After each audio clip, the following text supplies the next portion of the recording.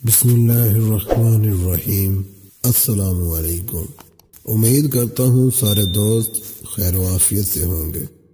دوستو، ایک یہودی نے اپنے بیٹے کو کہا جاؤ سودا لے آؤ، تو وہ گیا۔ لڑکے نے راستے سے گزر رہا تھا کہ اس کی نظر حضور صلی اللہ تعالیٰ علیہ وآلہ وسلم پر پڑی، اور حضور صلی اللہ تعالیٰ علیہ وآلہ وسلم کی نظر بھی اس لڑکے پر پڑی۔ وہ وہیں بیٹھ گیا اور وہیں بیٹھا رہ گیا، اور دیر ہو گئی۔ وہ یہودی کبھی اندر جاتا کبھی باہر آتا کہ لڑکا کہاں رہ گیا ہے، آیا نہیں ابھی تک۔ سورج غروب ہو گیا، مغرب کی نماز ہو گئی۔ شام کو گھر گیا، باپ نے پوچھا، ارے نادان، اتنی تاخیر کی؟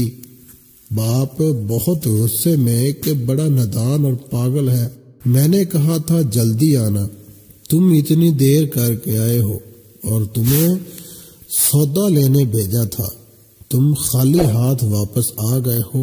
سودا کہاں ہے؟ سودا کہاں ہے؟ بیٹا بولا، سودا تو میں خرید چکا ہوں۔ باپ، کیا پاگل آدمی ہو تم؟ میں نے تجھے سودا لینے بھیجا تھا، سودا تمہارے پاس ہے ہی نہیں، اور کہتا ہے خرید چکا ہوں۔ بیٹا کہتا ہے، بابا یقین کرے، سودا خرید آیا ہوں۔ باپ بولا، تو دکھا کہاں ہے؟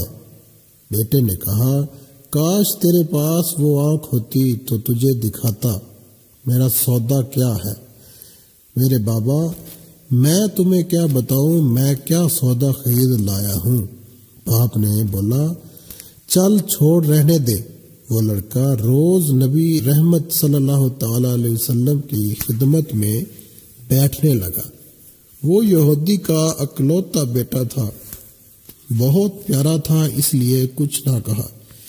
کچھ دنوں بعد لڑکا بہت بیمار ہو گیا، کافی دن بیمار رہا، اتنا بیمار ہوا کہ کمزوری اتنی ہو گئی کروٹ لینا مشکل ہو چکی تھی، اور پھر قریب المرگ ہو گیا۔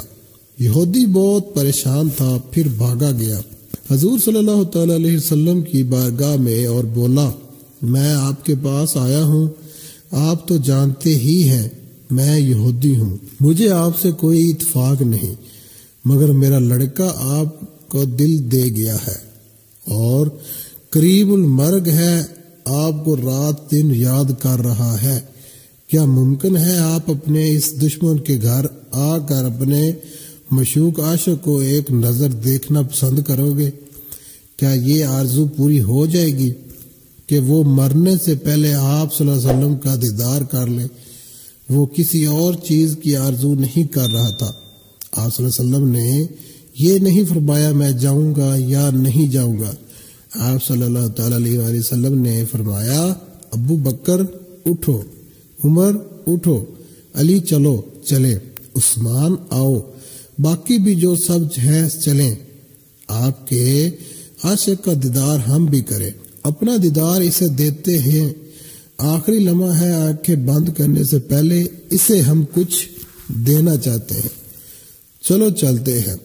یہودی کے گھر پہنچے تو لڑکے کی آنکھیں بند تھیں۔ حضور صلی اللہ تعالی علیہ وسلم کا سراپا کرم ہی کرم ہے۔ لڑکے کی پریشانی پر آپ صلی اللہ علیہ وسلم نے اپنا دست اقدس رکھا، لڑکے کی آنکھیں کھل گئی، جیسے زندگی لوٹ آئی ہو، جسم میں طاقت آ گئی، ناتوانی میں جوانی آئی۔ آنکھیں کھولنی، رخ مصطفیٰ صلی اللہ علیہ وسلم پر نظر پڑی، ہلکی سی چہرے پر مسکراہٹ آئی، لب کھل گئے، مسکراہٹ پھیل گئی۔ حضور صلی اللہ تعالی علیہ وسلم نے فرمایا، بس اب کلمہ پڑھ لو۔ لڑکا اپنے باپ کا منہ تکنے لگا، تو وہ یہودی بولا، میرا منہ کیا تکتا ہے؟ محمد صلی اللہ تعالی علیہ وسلم جو کہتے ہیں کر لو۔ لڑکا بولا، یا رسول اللہ صلی اللہ علیہ وسلم، میرے پاس تو کچھ بھی نہیں۔ آپ صلی اللہ تعالی علیہ وسلم نے فرمایا، بس تم کلمہ پڑھ لو، میں جانوں اور جنت جانے، تم میرے ہو جاؤ، جنت بھی تو میری ہے، جنت میں لے جانا یہ میرا کام ہے۔ لڑکے نے کلمہ پڑھا، جب اس کے منہ سے نکلا محمد الرسول اللہ، روح باہر نکل گئی، کلمے کا نور اندر چلا گیا، آنکھیں بند ہوئیں، لب خاموش ہوئے۔ اس لڑکے کا باپ وہ یہودی بولا، محمد صلی اللہ علیہ وسلم میں اور آپ دونوں مخالف ہیں، اس لیے یہ لڑکا اب میرا نہیں رہا، اب یہ اسلام کے مقدس امانت ہے، کاشانہ نبوت سے اس کا جنازہ اٹھے تب ہی اس کی عزت ہے، لے جاؤ اس کو۔ پھر آپ صلی اللہ علیہ وسلم نے فرمایا، صدیق اٹھاؤ، عمر اٹھاؤ، عثمان آگے بڑھو، بلال آؤ تو صحیح، علی چلو، دو کندھا اٹھاؤ اسے۔ آقا علیہ السلام جب یہودی کے گھر سے نکلے تو یہ فرماتے جا رہے تھے، اس اللہ کا شکر ہے جس نے میرے صدقے سے اس بندے کو بخش دیا، اس اللہ کا شکر ہے جس نے میرے صدقے سے اس بندے کو بخش دیا۔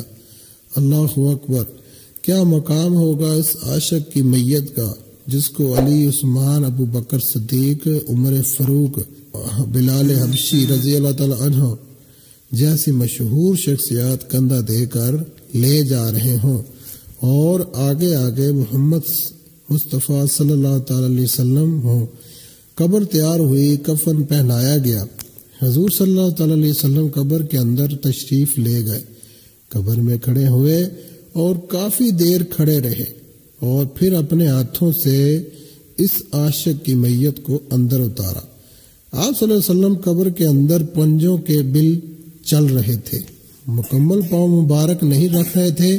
کافی دیر کے بعد آپ صلی اللہ تعالی علیہ وآلہ وسلم قبر سے باہر آئے تو چہرے پر تھوڑی زردی چھائی ہوئی تھی، تھکن محسوس ہوئی۔